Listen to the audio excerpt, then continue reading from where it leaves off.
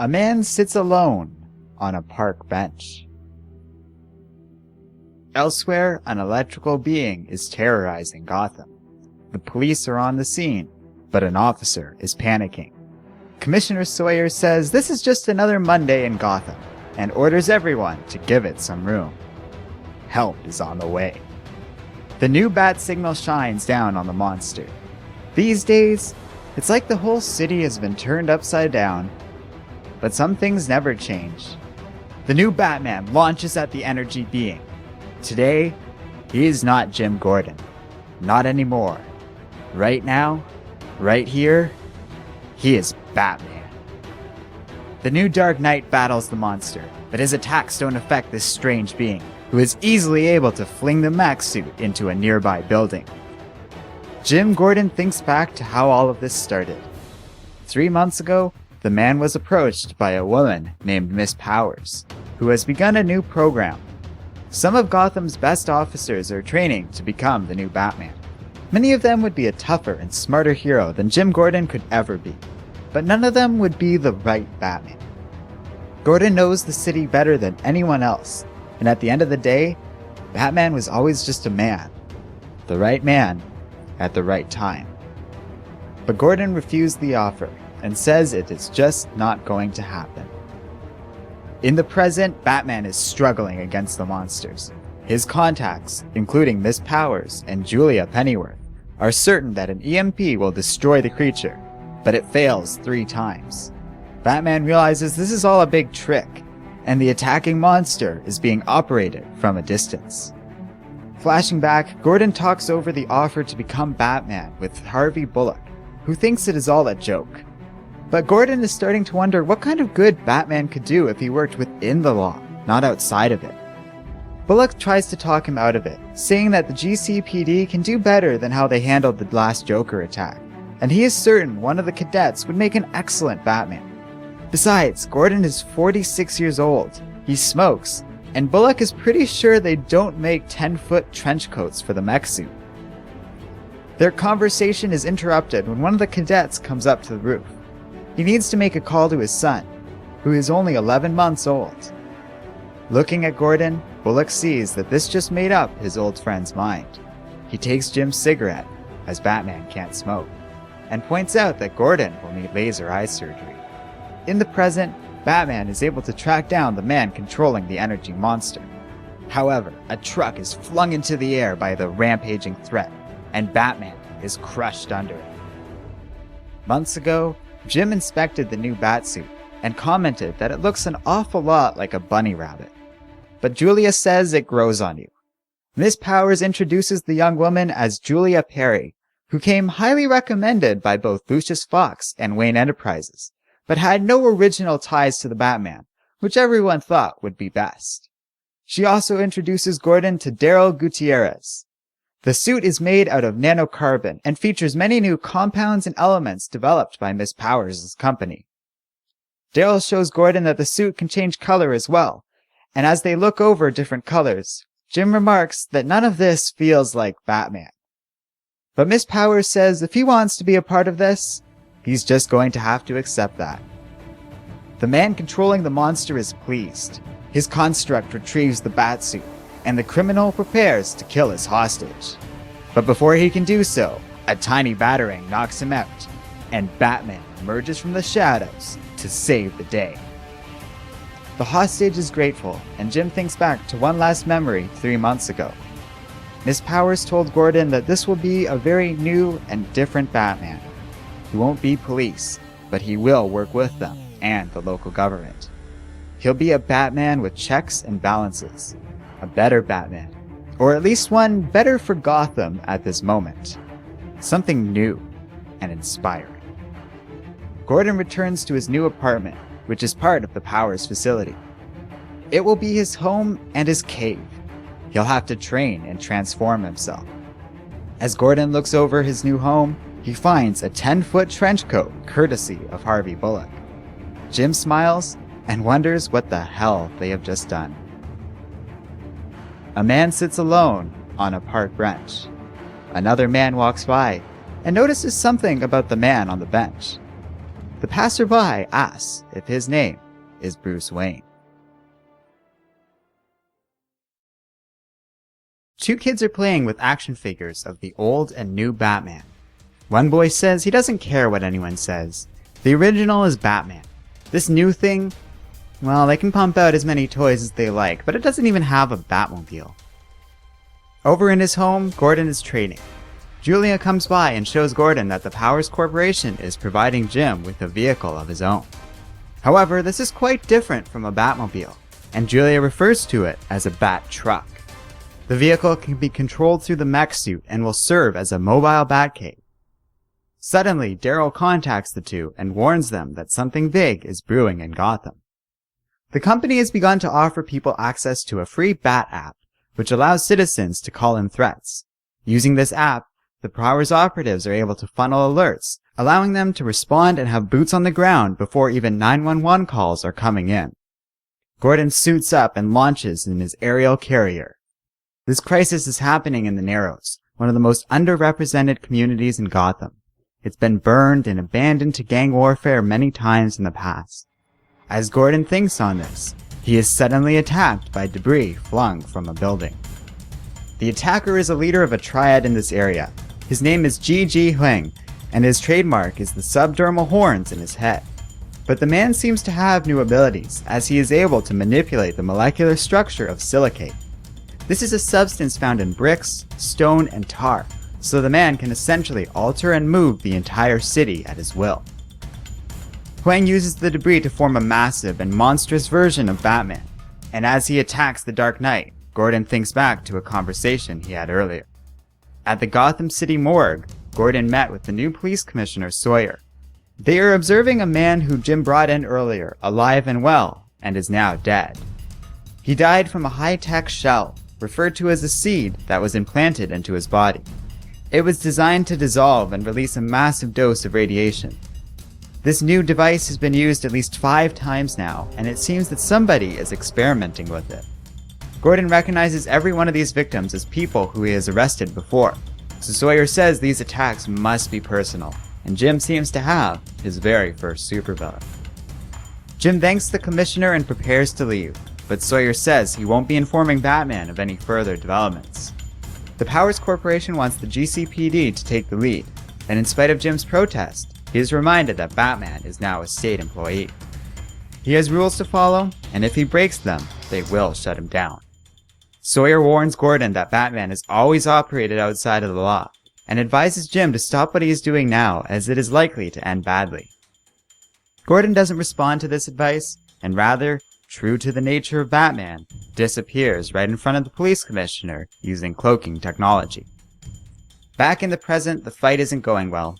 Batman is unable to penetrate the rocky armor Huang has built for himself. Jim is forced underwater, and the suit begins to buckle from the strain of the Earth Mover's attacks. Suddenly, Gordon comes up with an idea, and his foe is crushed by the Bat Truck. In the aftermath, Huang is captured, and he tells Gordon that a mysterious Mr. Bloom is creating a whole garden of enemies. Before he can say anything more, the seed in his body activates, and the man instantly dies. As Julia debriefs Gordon back at headquarters, she tells him that even though the Bat Truck was just destroyed, the Powers Company will have other models released soon. Gordon then tells her that he knows she used to work with the original Batman, and is currently operating under an assumed name. She is flustered at this revelation, but Gordon says he is only interested in knowing how the original Batman did his job. Julia admits that she didn't work for him for very long, but she came to understand that the original never cared about what Batman stood for. He simply focused on doing what was right, and the idea of what Batman stood for grew from there. Gordon worries too much about what other people think about what Batman means, so he needs to stop and just focus on being himself and fighting for what he believes in. Gordon agrees to keep her past a secret, and the two shake hands, amicably saying they will continue their work together. We then cut to the kids playing with the action figures at a school. They are still fighting over Batman, so one of them suggests they ask Duke, who knew the old Batman before he died. The boy is quiet and doesn't say much until Mr. Wayne comes by and asks if everything is alright. Duke says it is, but he honestly does not know what to think about Batman anymore. We learn Bruce is working at this school as a custodian of sorts, and is getting along well with the staff and students. However, when he goes to the supply closet, he is surprised to find Jim Gordon waiting for him. Gordon says he is Batman, and the two need to have a talk. Bruce Wayne is surprised at Jim Gordon's words, but the new Batman knows that Wayne was always connected with the original Dark Knight. Bruce tries to brush this off, but Gordon insists that he show Bruce one of the seeds that were used earlier to kill criminals. But Wayne says he isn't that person anymore. He's doing good work here at the Recreation Center, a place for wayward children set up years ago by Lucius Fox. When Gordon still tries to push for some help, they are interrupted by art teacher Miss Madison. She invites Jim to lunch with them, but he politely refuses, leaving the scene with Bruce Wayne. Outside, they are covertly observed by Clark Kent and Alfred Pennyworth. Superman says he can hardly believe what he is seeing, and declares that the man in that building is not Bruce Wayne. But Alfred corrects Clark, saying that if anything, this man is the only true Bruce to ever walk the earth. Alfred says he will explain what happened down in that cave with the Joker. It took 3 weeks to dig Bruce out, and by then, Alfred knew. The man he raised was gone. Julia had him in a body bag even, and suddenly, he came back to life. It seems that the Dionysium healed Bruce, but the former Batman experienced extensive damage to his brain. The substance replaced the dead areas of his brain with new tissue, and as a result, he's still Bruce, but with no memories or history of his time as Batman. Alfred did tell Wayne about his life story, but before he could get to the part about becoming a bat, Bruce had the butler stop. Wayne could already tell that his old self was gone. He knows that he loved his parents, but doesn't feel their loss. He may not be the man he once was, but he still wants to help. Bruce's mother worked in schools, while his father was a doctor. That feels right, and Bruce wanted to help people face to face. So he got a job at the rec center and established a connection with a girlfriend from his youth, a woman named Julie Madison. The city of Gotham never gives anything back, but on that day, it gave Bruce a place and a purpose, and Alfred couldn't be happier for him. Superman still isn't satisfied by this, and says that they must tell him about his life as Batman. So the butler pulls out a ring made from kryptonite. He tells Clark that Bruce has no knowledge of his combat skills or ability as a detective. Every bit of his training and experience is gone. It's a brand new brain, and all the old memories are forever lost. Asking Bruce to be Batman now is like Alfred asking Clark to fly while in the presence of this kryptonite. And while Superman might think that Batman can just relearn what he has lost, the loyal butler reminds Clark that Batman was born out of the screams of a young boy in a dark alley. He gets his strength from that moment, and without it, he can never be Batman. To cement this point, Alfred takes Clark to a device that Batman was working on before he died. It was designed to keep his legacy alive through cloning. Again and again, Batman would have risen under the care and guidance of an older Bruce Wayne. This device was never completed, but if it were, it would mean generations of suffering and an endless, undying war for justice. But Batman wasn't meant to live forever. The cycle has been broken before it could even start. Batman died, and Bruce Wayne came back. That man Clark saw is the person that Alfred, Superman, and everyone else could never save. His restoration is a miracle, and the butler begs Clark to let him rest, and let someone else suffer for this cursed city. Elsewhere, Jim Gordon has begun a mission that was not authorized by the Powers Company. As such, he and Julia are forced to avoid using any of Batman's new tech, and instead rely just on the suit. She warns him that like this, it's little more than a costume, but Jim insists that they need to learn more about this mysterious Mr. Blue. Batman infiltrates a facility that smuggles contraband through fish eggs on behalf of a gang called the Devil Pigs. Gordon finds evidence of Mr. Bloom having been here, but he is suddenly attacked by the gang. Batman manages to avoid their attacks and knocks most of them out with batarangs, but a shark tank is destroyed in the process. As a result, many of the sharks and gangsters are killed, but the leader of the gang survives and activates a trapdoor. Jim falls into a furnace, and Julia panics, as the suit cannot possibly survive that level of extreme heat. But before she can do anything, her face is slammed against a car door. Over at the rec center, Bruce looks over Duke's file with Miss Madison and comments that the boy still has it in for him. Julie says that he and Duke have a history, and it must be difficult for the boy to see his mentor so heavily changed. While Bruce still feels uneasy, Miss Madison comforts her lover, and the couple go home together, while Duke sneaks into the office and steals the seed. In a dark warehouse, the Penguin is having a meeting with Mr. Bloom. The mysterious new villain insists that the Penguin is not a part of this story, and refuses to share a seed with him. But the thing is, Cobblepot doesn't care for weeds. So he has his men shoot Mr. Bloom in the head and burn his corpse. As they move to leave, all 4 of his henchmen are suddenly killed, and the Penguin is impaled. Funny thing about weeds, Mr. Cobblepot. We're not so easy to kill, and we grow so very fast. The body lies less than 1 foot from the old city limit. A boy, not even 16 years old. A kid. A kid left for the crows. Looking at the scene, one thought goes through Batman's head. He will catch someone for this. He will punish the one who did it, and stop it from happening again. Jim Gordon arrives and asks Batman what happened. The boy's name was Peter Duggio, and he has been shot 4 times before being dumped here. But what's interesting is that the shots didn't kill him. He died from a fall, from several thousand feet in the air. This is surprising, as the area is outside of any normal flight plans, and nobody should have been flying over this region. Batman begins to pursue some leads. In the past few months, since the defeat of the so-called Riddler, more and more villains have risen. Crime is at a peak, and each foe has a personal vendetta with the city. Batman knows of one villain with connection to the boy's home, Oswald Cobblepot. He's been making an empire of his own, and has been doing quite well for himself. Making deals not with the Falcones or the Maronis, but younger street gangs. Batman invades the Penguin's home and defeats Oswald's goons, only for the villain to unleash a lightning umbrella. But the Dark Knight has been upgrading, and his suit is well grounded. He captures the villain and asks about the boy. Though Cobblepot denies knowing the kid, Batman is easily able to reveal the truth through some unusual interrogation techniques.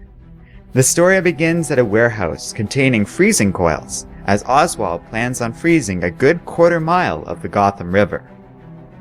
The boy introduced himself to Cobblepot and had a business proposal.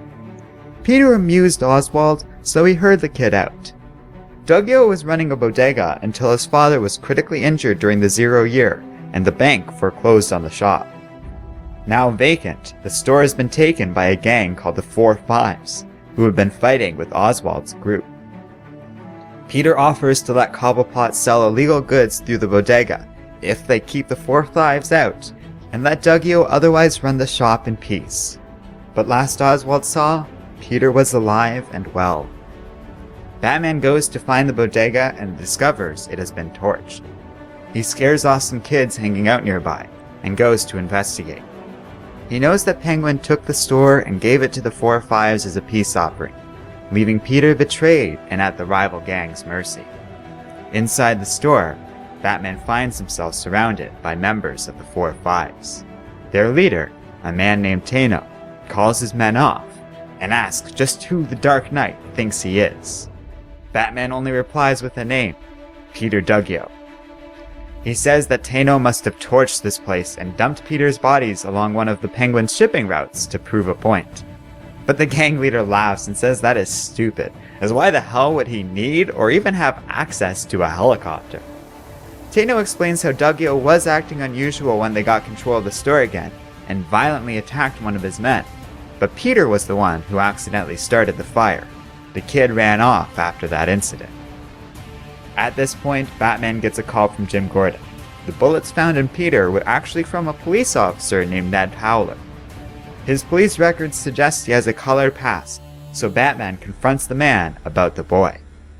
The cop found the kid clearly under the influence of something, but wound up just shooting him and taking off. He came back later assuming Peter was dead, only to find the boy gone and nothing but a large puddle of blood. Batman then hacks into what little security surveillance is available in the area to track Dougio down to a hospital where his father is being cared for. There, he meets Peter's cousin, who explains that after the Penguin's betrayal, he told Peter to go to the man with all the money, Bruce Wayne. But the boy wasn't able to get in contact with the billionaire, and with that, he was out of options. Peter decided to stand up for himself, just like Batman.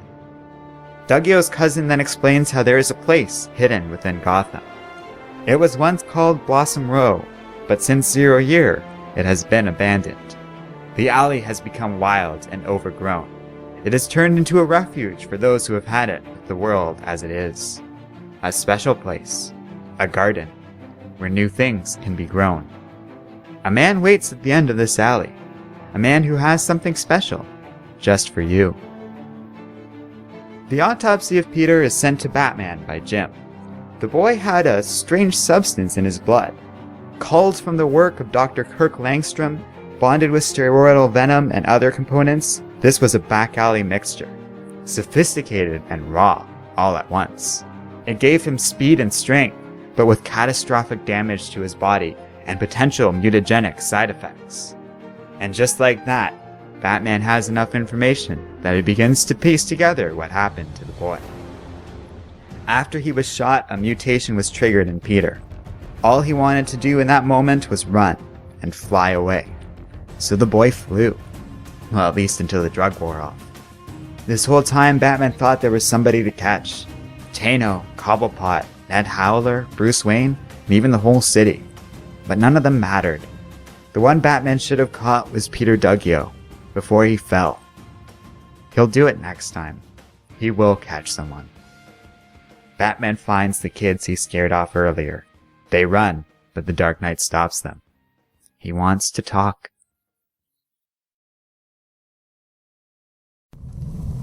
Jim Gordon is trapped in an inferno. The industrial-sized furnace is burning his costume and searing his flesh. The gun is damaged. The temperature is 800 degrees and climbing. In about 30 seconds, Gordon will be turned to dust. It's time to do something amazing. He launches a batarang at an exposed coolant. He will do this. He will get out of this. Upstairs, the surviving gang members are fighting with one another when Batman emerges from the trap.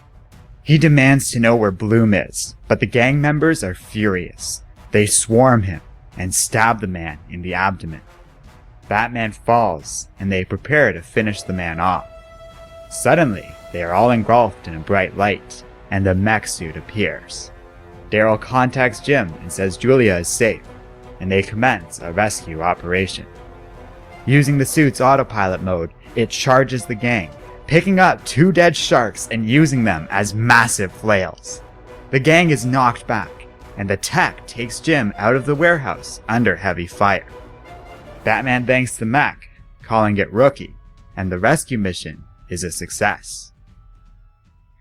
Elsewhere, Bruce Wayne inspects the wreckage of the Joker's attack during Endgame. Many of the parade floats have been dumped beside the Learning Center, and the city has been slow to clean them up.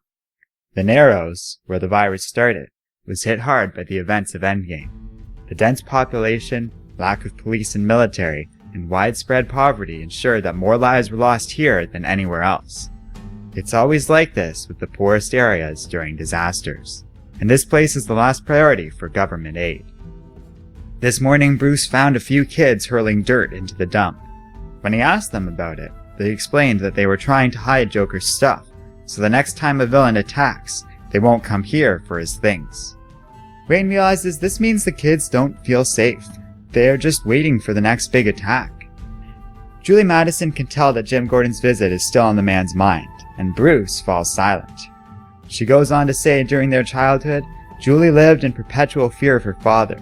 But Bruce had always been strong, even back then, in the face of the traumatic loss of his parents. She asks if Wayne wants to be helping people on a bigger scale like he used to, but that man is gone. This new Bruce doesn't know anything about robotics or criminology. He doesn't have money or power either. The other day, he went back to the manor to look through some of his old clothes and try them on. But he noticed that the old Bruce Wayne had no pictures there. There was no trace of a life, of family or friends. The death of his parents did something to the old Bruce Wayne.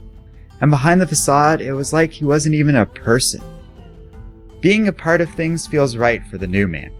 Julie says they'll figure things out, and what they do here matters to a lot of people. He kisses her on the forehead, declaring his love for this woman.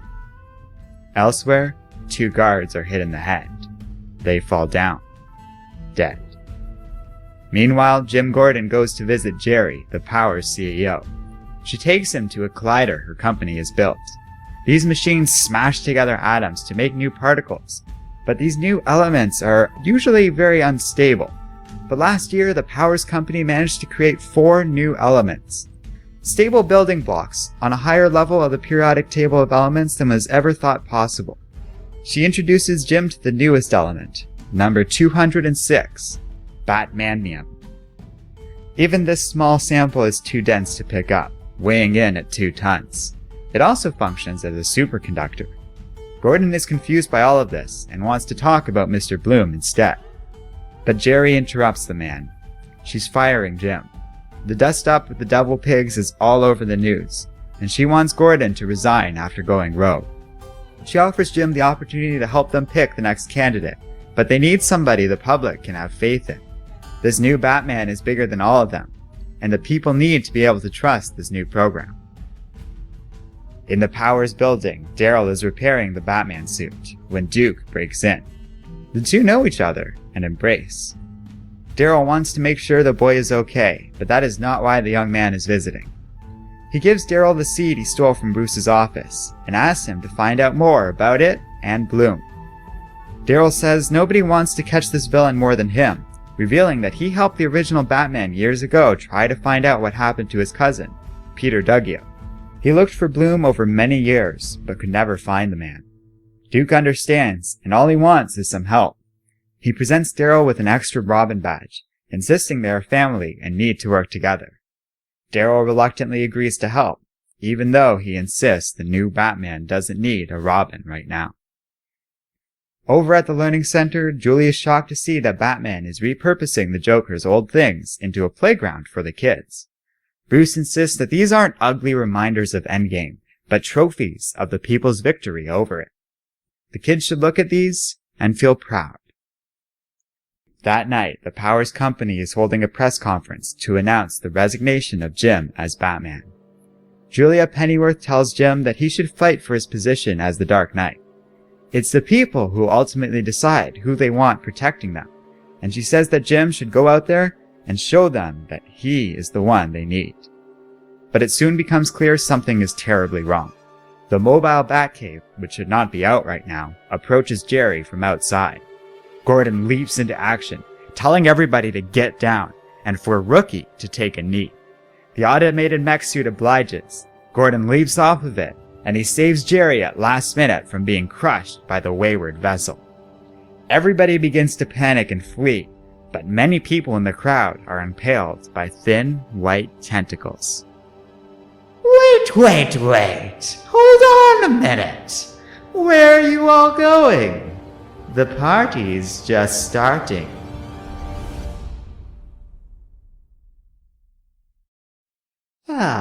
You're thinking about the doorway.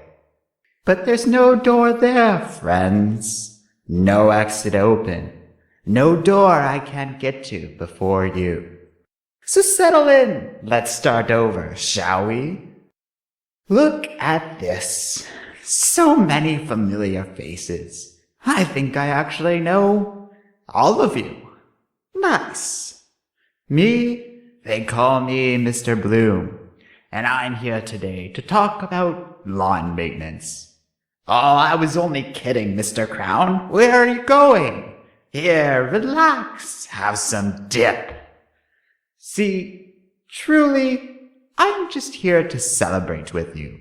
All of you good folk who toil so relentlessly to make Gotham better, make it exactly what it is today. You know, I was one of you once, a bleeding heart, a soldier for Gotham. Like you, Commissioner Sawyer, trying to grow a new police force right out of your shoulders. Or all you community activists, growing programs for children out of your arms, giving them hope, real hope. Here's to all of you, I mean it. Your efforts, your whole lives actually, are the rich fertilizer of this great city. Maybe I am talking about lawn maintenance after all. You give yourselves over to Gotham so that amazing things may grow here. Things like me. Jerry Powers, head of the incredible new Batman program. All I'd really like is for you to keep doing what you're doing. Please. That's why I'm here. In fact, I'd like to contribute to the fundraiser. Here you go, huh? A little dollar? No? Oh, all right then. Give it to Batman for me, will you? Next time you see him? Oh, there you are. And out of your little squad bot. Oh, look, it likes you. That's cute. I like you too. Out of everyone here, you're the one I really want to thank. Now hold still. I want to pin this onto you just right. After all, because of you, Bat has lost all its meaning. That's the real feat. The great symbol has no power over Gotham anymore.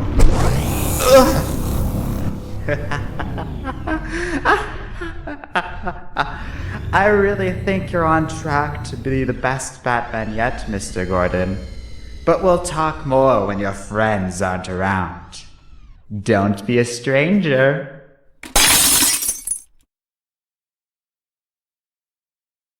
Elsewhere, Bruce Wayne is enjoying a shower. Julie is concerned that her father has a hearing in 3 months. Her dad was a gun runner with a long criminal record. He wrecked Julia's family and also sold a gun to Joe Chill that the man used to kill Bruce's parents. But Bruce doesn't care about this anymore. He wants to marry this woman and will support her through everything. Over at the new Iceberg Lounge, Duke is attempting to infiltrate the building while talking to Daryl. Duke's parents are, perplexingly, still missing after the Joker's attack on Gotham, and Daryl still hasn't been able to find them. Though he is consoling towards Duke regarding his parents, he still insists that the boy should avoid investigating Bloom, as the villain is very dangerous. Ignoring this warning, Duke hangs up and manages to sneak into the Iceberg Lounge.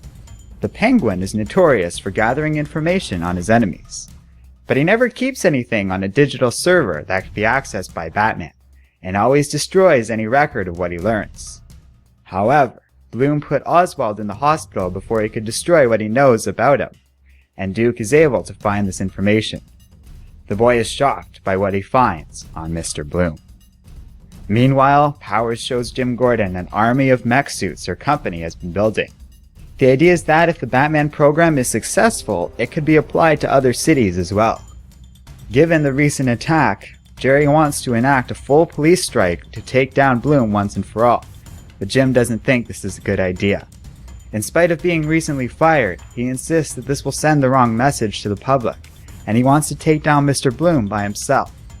Jerry thinks this is a terrible idea, but it isn't her decision to make. Commissioner Sawyer gets to make this call, and asks what Jim's plan is. Gordon says he just wants one more chance to prove his worth to the city. It's the right way, to strike not with an army, but just Batman. Just Jim Gordon. And him. At the rec center, Bruce learns about the attack on the Powers Company. He goes to look at the seed given to him by Jim, and panics when he realizes it is gone.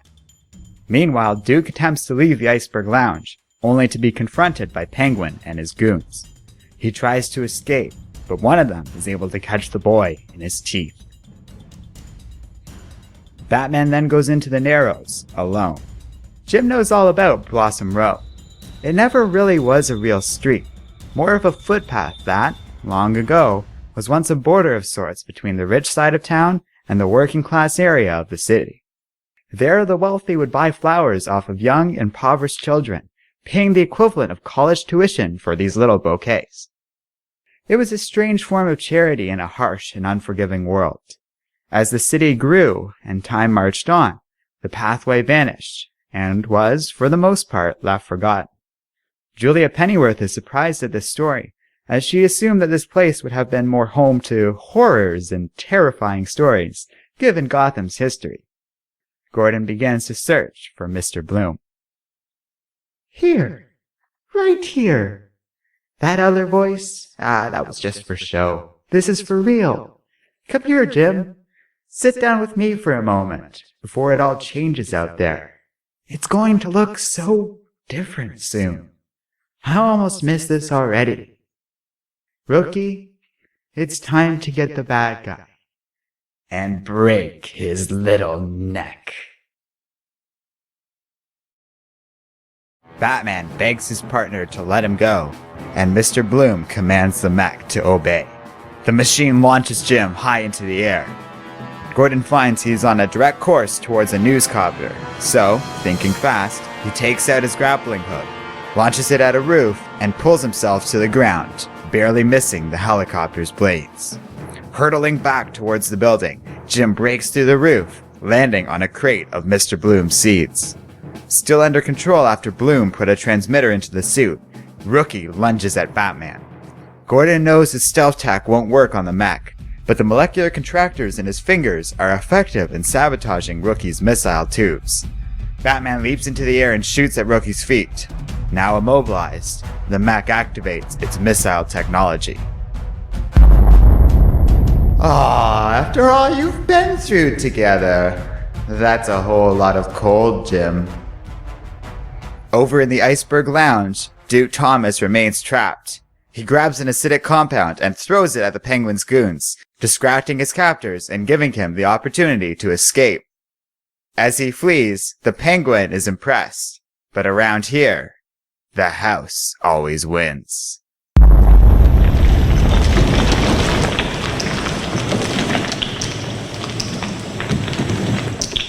Meanwhile, Mr. Bloom stands over Batman, victorious. Such a short career. Over before you hit your stride. I know you must be wondering if you made any difference, if what you did mattered to anyone. Well, it did. Hugely. To me. All this is possible because of you. If only you knew what you were up against. What's hiding in me? The change. I want so badly to keep you alive to see it. What's coming? A whole city regrown, with brand new seeds. Jim Gordon laughs, and Mr. Bloom is shocked to see his seeds are being electrified. These seeds are really electromagnetic shells wrapped around radioactive cores. When exposed to an electrical current from Rookie's head, the seeds overload, while Mr. Bloom's powers are rendered inert. Over in the waters around the Iceberg Lounge, Duke emerges from the sea, having survived Penguin's attack. As his goons look on, amused, they prepare to kill the kid when they are knocked out cold by Bruce Wayne. He found Duke using the rec center's computers, which Thomas has used to investigate the Penguin, and is able to save the boy's life. He takes the young man home, but on the way he lectures Duke on his recklessness. The boy, however, is distracted by a text from Daryl, who says he finally has info on Duke's parents. Bruce tries to get the boy to open up to him, and, frustrated with everything going on around them, Duke admits that he has a problem with Wayne. Bruce was able to deduce where Duke was. A normal worker at the rec center couldn't do that. He figured out how to turn a garden of Joker's horrors into a playground. A normal person couldn't do that either. He figures out riddles like nobody else, better than any man in the world. But he won't admit who he is, and Duke can't stand it any longer. Bruce is baffled at these words, but Duke doesn't want to hear any more denial. He thinks the former Batman is being selfish. Thomas leaks down into the path of a subway, and Bruce, concerned, follows. Though Wayne still doesn't understand, Duke continues to vent his frustrations. Anyone could be the man Bruce is now, but the man Bruce used to be was larger than life. He inspired everyone to do more. Duke demands that Wayne look at his life, that he look at the shadows. The train gets closer, and Bruce begins to panic. but Duke insists that he think about the missing space in his memory and what shape it takes.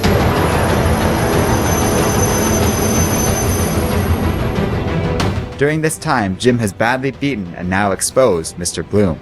Grateful for Rookie's sacrifice, he arrests the villain. As they take Mr. Bloom away, the people of Gotham applaud him. Though Jim is wounded, he smiles, proud of the work he and his team has done. He thanks Julia and Daryl, but Mr. Bloom is not impressed. Curious, Jim decides to unmask the villain, but before he can, Batman is impaled. Hi there.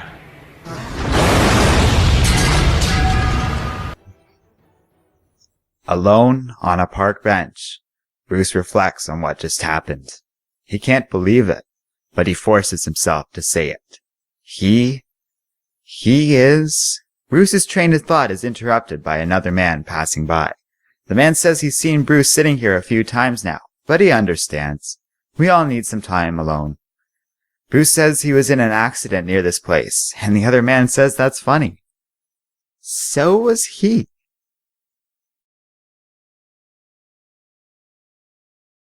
Deep underground, something is going terribly wrong. The Powers Corporation's Hadron Collider is malfunctioning, and the workers are struggling to turn it off. High above this, in a Gotham park, Bruce Wayne asks if he knows his new companion, as he seems familiar. The man replies that it seems they are destined to fight to death over this park bench, but he's only kidding. He wants to show Bruce something. It will only take a minute. Elsewhere, Jim Gordon struggles to get up. Julia and Daryl are unresponsive, and it's safe to say they are not alright. Bloom's saplings ask if they can kill Batman, but Mr. Bloom has other plans. Meanwhile, the man shows Batman he is carrying a gun. Wayne is surprised, but the man doesn't mean to startle him.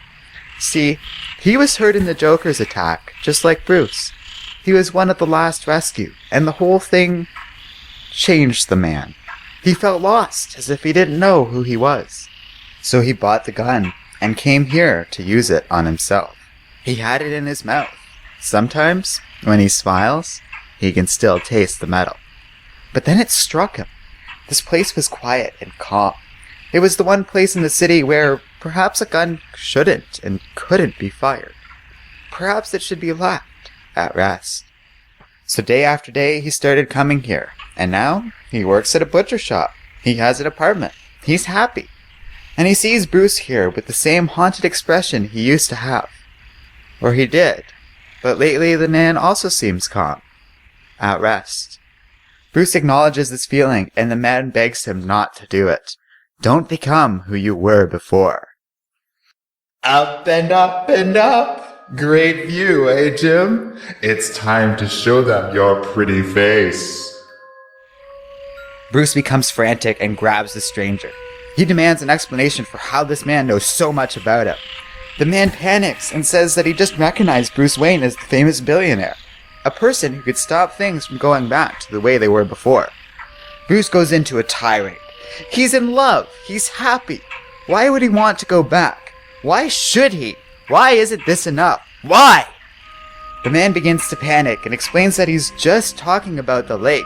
Surely Wayne Enterprises could help keep this place preserved and unpolluted.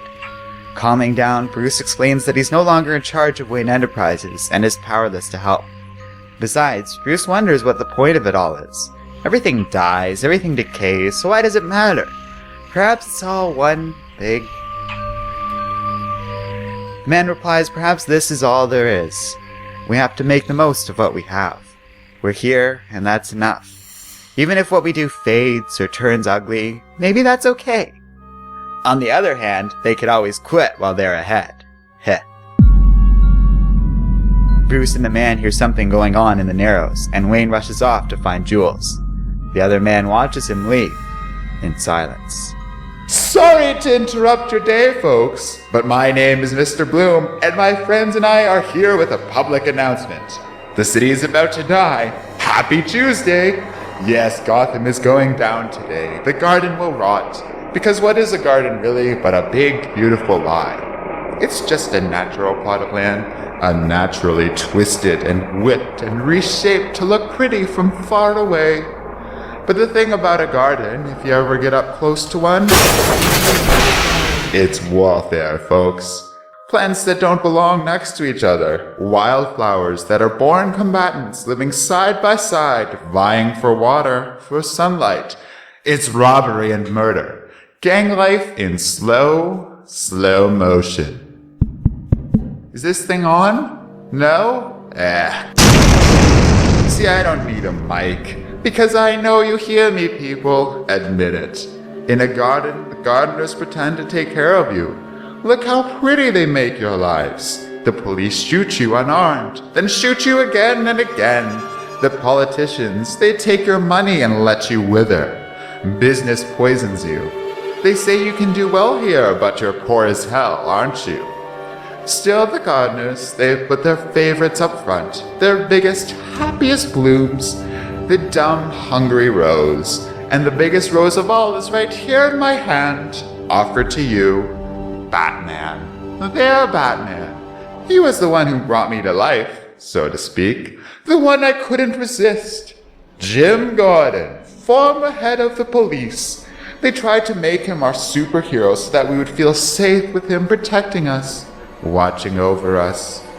Now, the men and women behind me, my friends, each is from one of Gotham's most vicious gangs. Each is someone Jim Gordon put away en route to becoming commissioner. And each was set free not long after. It's the illusion of safety. There's your proof. See, this Batman, their Batman, he's not what the real Batman was about. The real Batman was about doing it for himself. He was about taking power into his own hands. He was a wildflower, a weed, like me, like you. Tin Batman. Now I've worked for my city my whole life. I believed the lies. And you know where I was headed before I became who I am today? Where I was literally being taken as I lay dying. The potter's field. Forgotten. A grave with no name, back in the dirt. Don't let what happened to me happen to you, my friends. Be me today. Be this me. I'll give you the chance. See, I've given seeds to the good folks behind me and to members of their ilk. Because I respect their independence, their grit, fighting their way up through the harshest of turf.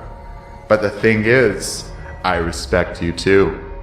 Which is why I've hidden 1,000 seeds all over the city. I've hidden them under floors, in dirty corners. You'll sense them when you're near, like a slight tingling. You find one, you make a small incision into your skin, you plant it into your bloodstream, and in no time at all, your body will twist with new powers.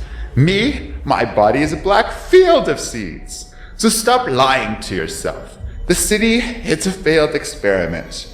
Gotham isn't some tame garden. It's a wild, bloody landscape. You like your neighbor? No, you don't. You hate them. They hate you. You smile, you nod, but you know what? Say damn them. Do it. Damn them. That's right. And you, say it. Damn the people here illegally, driving up your taxes. And if you're here illegally, you say it. Damn the people who help screw up your home and then they want to send you back there. Say it. Damn all of them. There's only me. Say it, because the city was built on divisions. Dead flower dolls. Gotham isn't a garden, it never was. It's a wild, bloody meadow. So stop wasting your lives. Don't take pennies. Come to the land of giants. Got to get what's yours. Get it? And let what's here die as it should and grow something wonderful in its place. Jim begs for the city to see reason, but in the words of Mr. Bloom, it's time to be quiet now. He snakes the tendril into Gordon's mouth. Bruce arrives at the rec center. Things are okay, but they need to get the kids out of here, as the entire city is about to erupt into chaos. But a young girl refuses. They can fight Bloom. She can do it. She'll be Batman. The entire city erupts into chaos. Civilians battle in the streets over seeds. The entire brigade of Batmechs are deployed. The collider is getting unstable and the workers can't do anything about it. Meanwhile, in an unknown facility, Duke Thomas is finally reunited with his parents, but he can't believe what he is seeing. Finally, Bloom's tendril reaches deep into Jim Gordon, and the man's heart stops. Alone in the manor, Alfred watches this all unfold. No, this can't be happening. Alfred can't be hearing this. Take me to my cave.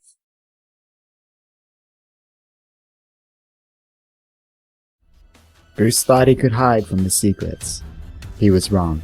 There's no way around it. He needs to see the cave for himself. But Alfred begs him not to do this. He says Bruce shouldn't become the man he was. Let Jim Gordon be the hero. But Bruce knows that Jim might be dead. Mr. Bloom ripped the new Batman apart on live television. The city is in chaos.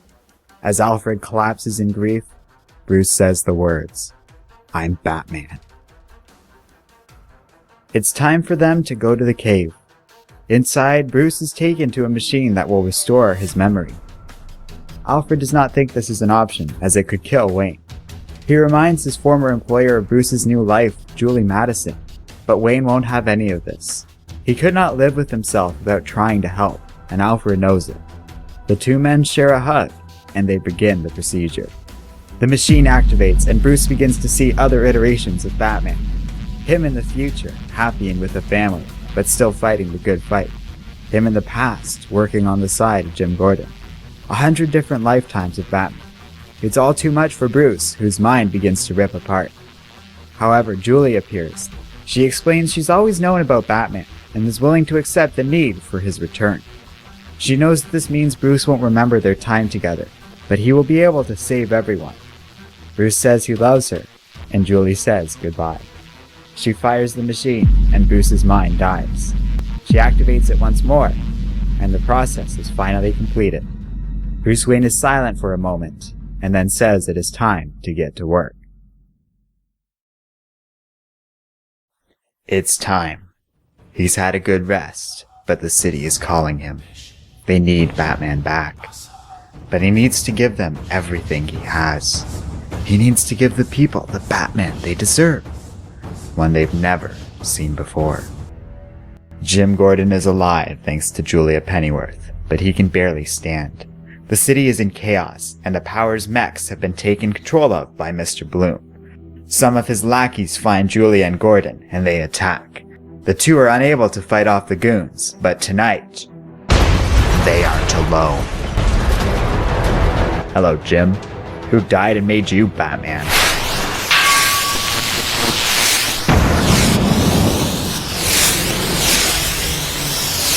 Welcome home, Batman. The fight is won, but a new threat emerges. The collider is being fed energy from every single one of Bloom's seeds, building into a massive surge. It will wipe out the entire city if it is not stopped. Jim wants to help, but Batman knows his friend is too injured and heads out alone. Gordon is frustrated, but wishes his old friend luck. High above the city, Duke meets up with Daryl. Robin has finally learned what happened to his parents. They were infected by the Joker. It was too late to save them.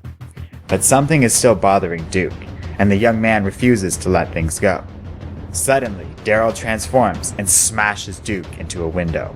Grow, new son, grow. Feed until nothing can... What the? You? Wow. I'm honored. The first unkillable weed. I like the new suit, by the way. I'm partial to the boots. Ugh. Sorry to leave so soon, but you're way out of your league. Meanwhile, Daryl explains everything. Long ago, the Riddler attacked Gotham. The city was ravaged, only saved by Batman. But fear lingered in the hearts of the people. So Daryl had a vision of saving Gotham by empowering its citizens. Daryl adopted the moniker Mr. Bloom in honor of Blossom Row. He developed the seeds and had his cousin Peter be his first test subject. It did not work out, so he abandoned the project, destroying everything. But then it all happened again. Joker wrecked the city. Batman saved it, but was gone. Daryl knew he had to try once more. He gathered a group of unidentified victims, the dying and the forgotten, all of whom were headed to Potter's Field. He gave them seeds, designed to only work on hosts that weren't acting out of rage or anger. These experiments weren't going anywhere until suddenly... Hello, Doctor. I guess I'm your monster. Daryl doesn't know who this new Bloom is. He doesn't even know if they were a man or a woman. But it doesn't matter. This new Bloom took everything. His mask, his work, all of it. But Daryl plans to take it back. However, Duke disagrees with his sentiment and knocks his attacker down. As the city falls, Jerry Powers desperately searches for something, anything, to try and save everyone, when she is contacted by Jim Gordon. He has an idea to amplify the signal they used to destroy a batch of Bloom seeds earlier by using a backup version of Rookie. But Bloom is on to Jim and attacks the man before he can follow through with his plan. Before he can kill Gordon, however, the people of the city look on in shock.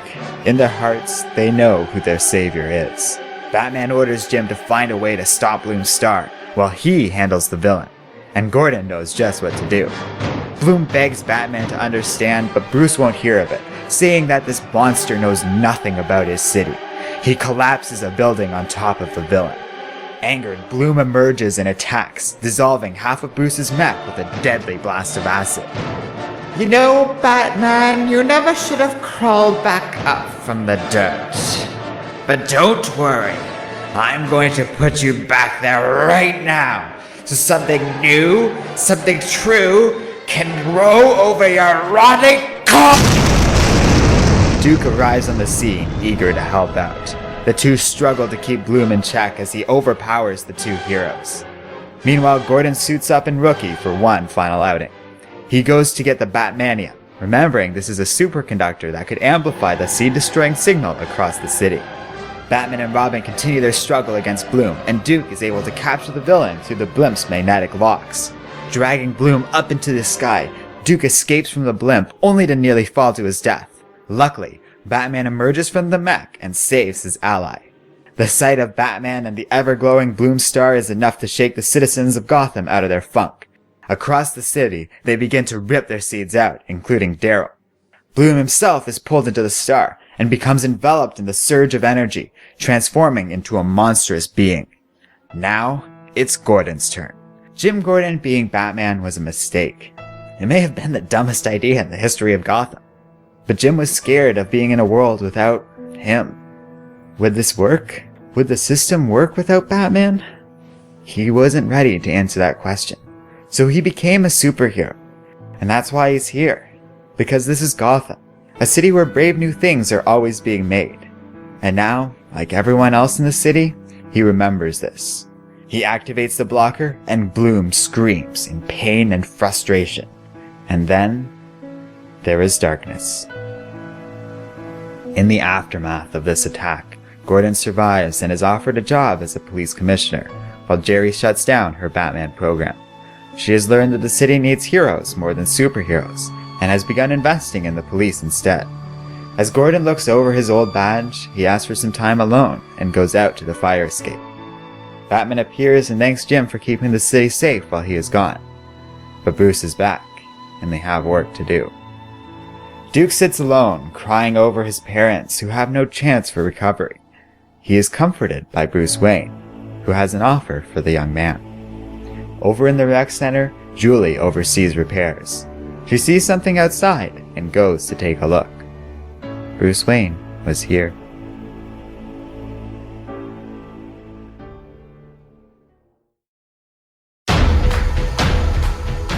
Hello and welcome to Comic Island. My name is Arden, and this is the complete story of Batman Superheavy.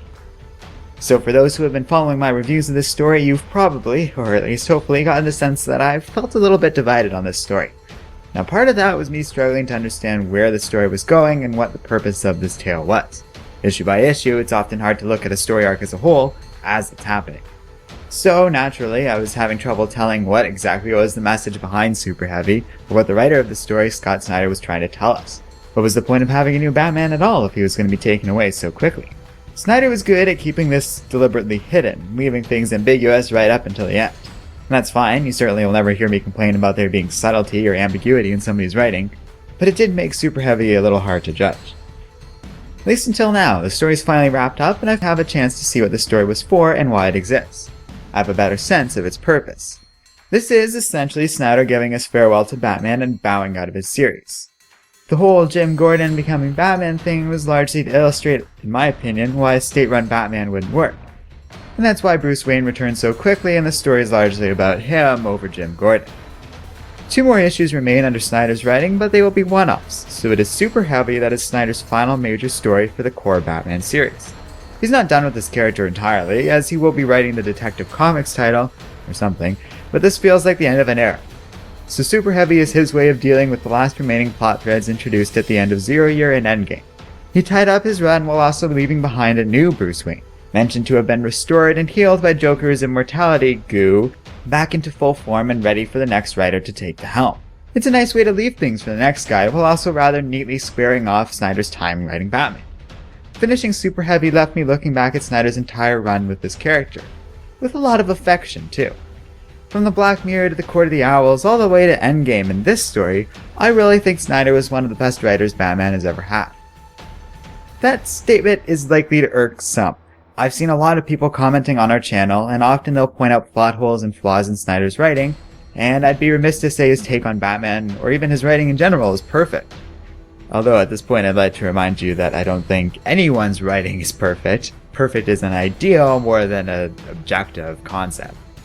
But regardless, I don't really think there's much of a need to have a plot that totally makes sense from a, scientific perspective? This is a Batman comic we're talking about here. And Snyder, in my view, actually did a great job in using contemporary real-world scientific concepts in his Batman stories.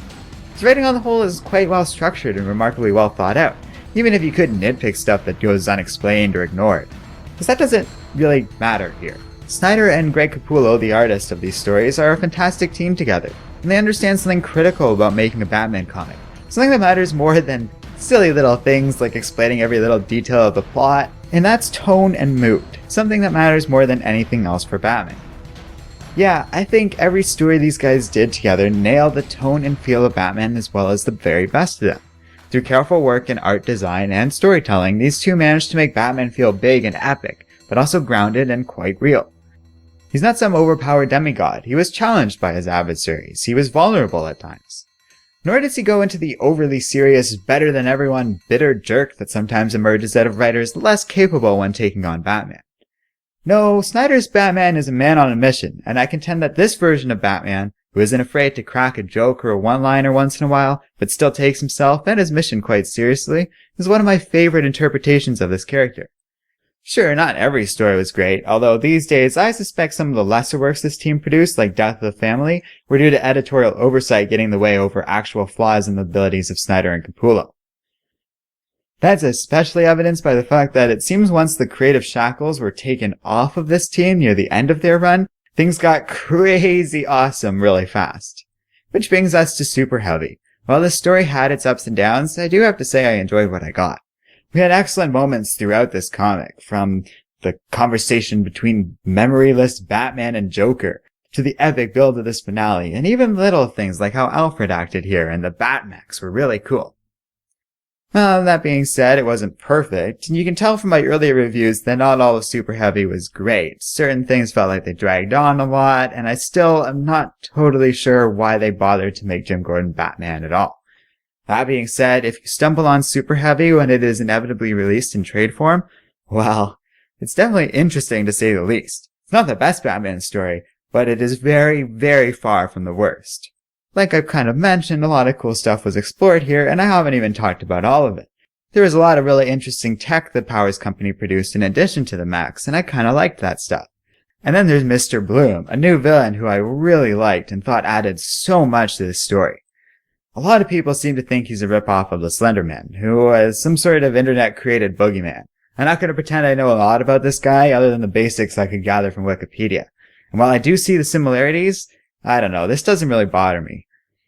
The comparison seems a little superficial in my eyes. Literally, they look the same and they have stretchy arms thing going on, but pretty much that's where the comparison ends.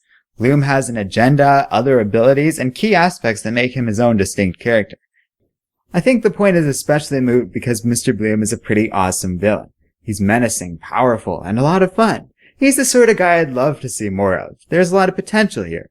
As many viewers have suggested, he could have a very interesting relationship with Poison Ivy, for example. Of course, these opinions should probably be taken with a grain of salt. My praise of Bloom is definitely biased. Doing voice work for him for these recaps, a creative exercise that mostly is just for me to have some fun playing around with my limited voice acting skills, turned out to be really rewarding and fun.